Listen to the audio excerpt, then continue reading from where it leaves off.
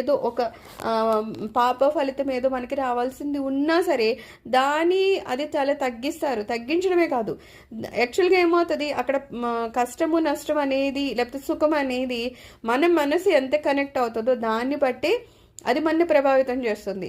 అదే కష్టము ఒకరికి చాలా కష్టంగా అనిపించవచ్చు, ఒకళ్ళు దాన్ని ఏది కాదన్నట్టు తీసుకోవచ్చు. ఎవరి దగ్గర ఒక 1000 రూపాయలు పోయింది అనుకుందాం, వాళ్ళు ఎంత డబ్బున్నోడైనా సరే ఒక్కొక్కడు 1000 రూపాయలు పోయిందంటే లబోదిబ్బం అంటాడు. డబ్బు ఎంతగా లేకపోయినా అంత డబ్బులు ప్రిఫరెన్స్ కాదు అనుకునే వాడికి ఒక 1000 రూపాయలు పోతే వాడికి ఏం బాధ అనిపించదు. ఇక్కడ తేడా ఎక్కడుంది?